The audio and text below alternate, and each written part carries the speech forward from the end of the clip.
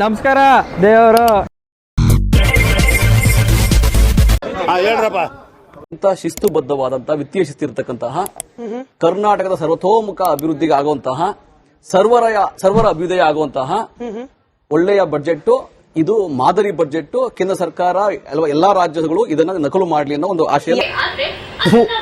ಈ ಬಡತವಿಂದ ದೇಶ ಉದ್ಧಾರ ಆಯ್ತದ ಸಂದರ್ಭ ಸಹಿತ ವಿವರಿಸ್ತೀನಿ ನೋಡಿ. ವಿತ್ತೀಯ ಶಿಸ್ತು ಈಗ ಇಬ್ರು ಬಂತ ಹೇಳಿದ್ರು 2.95% ಇದೆ ವಿತ್ತೀಯ ಶಿಸ್ತು. ಈಗ 2002 ಕಾಯ್ದೆ ಪ್ರಕಾರ ಶಿಸ್ತನ್ನ ಕಾಪಾಡ್ಕೊಂಡಿದೀವ? ಇಲ್ಲ. ಯಾವ್ದಾದ್ರು ಯೋಜನೆಗಳು ನಿಂತಿದ್ಯಾ? ಹೌದು. ಹೊಸ ಯೋಜನೆಗಳು ಶುರು ಮಾಡಿದೀವ? ಇಲ್ಲ. ಬಂಡವಾಳ ವೆಚ್ಚಕ್ಕೆ 84,000 ಕೋಟಿ ರೂಪಾಯಿ ಇಟ್ಟಿದ್ದೀವಿ. ಇಲ್ಲ. ಕಳೆದ 3 ವರ್ಷದಲ್ಲಿ 2,20,000 ಕೋಟಿ ರೂಪಾಯಿ ಬಂಡವಾಳ ವೆಚ್ಚಕ್ಕೆ ಖರ್ಚು ಮಾಡ್ತಾ ಇದೀವ? ಇಲ್ಲ. ವಿತ್ತೀಯ ಶಿಸ್ತು. ಕೇಂದ್ರ ಸರ್ಕಾರದ ವಿತ್ತೀಯ ಶಿಸ್ತು ಎಷ್ಟಿದೆ? ಫಿಸ್ಕಲ್ ಡೆಫಿಸಿಟ್ ಎಷ್ಟಿದೆ? ಕೊರತೆ ಎಷ್ಟಿದೆ? 4.4% ಇದೆ ಕೇಂದ್ರ ಸರ್ಕಾರದ್ದು. ಕೂತ್ಗಳಲ್ಲಿ ರಾಜ್ಯ ಸರ್ಕಾರದ್ದು ಜಿಎಸ್ಡಿಪಿ ಮೇಲೆ 33 ಲಕ್ಷ ಕೋಟಿ ರೂಪಾಯಿ ಜಿಎಸ್ಡಿಪಿ ಇದೆ ರಾಜ್ಯ ಸರ್ಕಾರದ್ದು.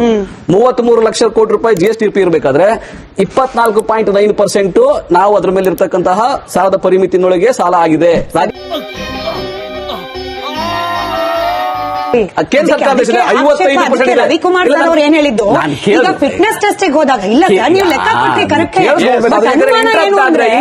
ಗಾಡಿನ ಫಿಟ್ನೆಸ್ ಟೆಸ್ಟ್ ಕರ್ಕೊಂಡು ನಿಮ್ಗೆ ಪ್ರಶ್ನೆ ಇಂಜಿನ್ ಕಂಡೀಷನ್ ಹೆಂಗಿದೆ ಅನ್ನೋದನ್ನ ತೋರಿಸದೆ ನೀವು ಗಾಡಿ ಫಿಟ್ ಅಂಡ್ ಫೈನ್ ಅಂದ್ಬಿಟ್ರೆ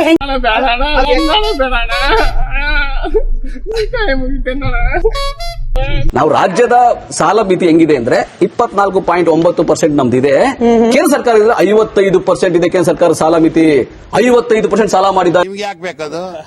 ತಿಕಾ ಮುಚ್ಕೊಂಡು ಹೋಗಲ್ಲ. ನರೇಂದ್ರ ಮೋದಿ ಅವರು 10 ವರ್ಷದಲ್ಲಿ 163 ಲಕ್ಷ ಕೋಟಿ ರೂಪಾಯಿ ಸಾಲ ಮಾಡಿದ್ದಾರೆ. ನಾವು ಬಾಯಿ ಮುಚ್ಕೊಂಡಿದ್ದೀವಿ. ನಮ್ನ ಕೆಣಿಗ್ಬೇಡಿ. ಸಾಲ ಮಾಡಿ ಅವ್ರಿಗೆಲ್ಲ ಗುಜರಾತ್ ಕೊಟ್ಕೊಂಡ್ರು, ಯಾರು ಕೊಟ್ಕೊಂಡಿದ್ದಾರೆ. ಅವ್ರು ಮಜಾ ಮಾಡ್ಲಿ, ನಮ್ಮ ತೆರಿಗೆ ತಗೊಂಡು ಅವ್ರು ಮಜಾ ಮಾಡ್ಲಿ. ನಿಮ್ಮ ಅಪ್ಪ ಅಮ್ಮ ನಿನ್ನದು ಏನು ಅಂತ ಹುಟ್ಟಿಸ್ಬಿಟ್ರು.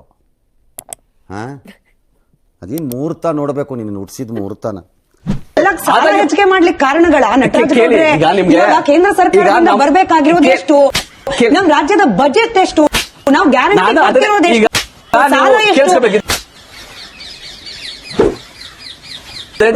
ಟ್ಯಾಲಿ ಆಗುತ್ತಾ? ನೀವು ಕೇಂದ್ರದಿಂದ ಬರೋ ಅಮೌಂಟಿಗೂ ಇದೆಲ್ಲದನ್ನು ತೋರಿಸ್ಬಿಟ್ಟಿದೆ. ಎರಡು ಸಮ ಅಂದ್ಬಿಟ್ಟು ಸಮ ಅಲ್ಲ. ನಿನ್ಗಿದು ಬೇಕಿತ್ತ ಮಗನೇ, ವಾಪಸ್ಸು ಒಂಟೋಗು ಶಿವನೇ.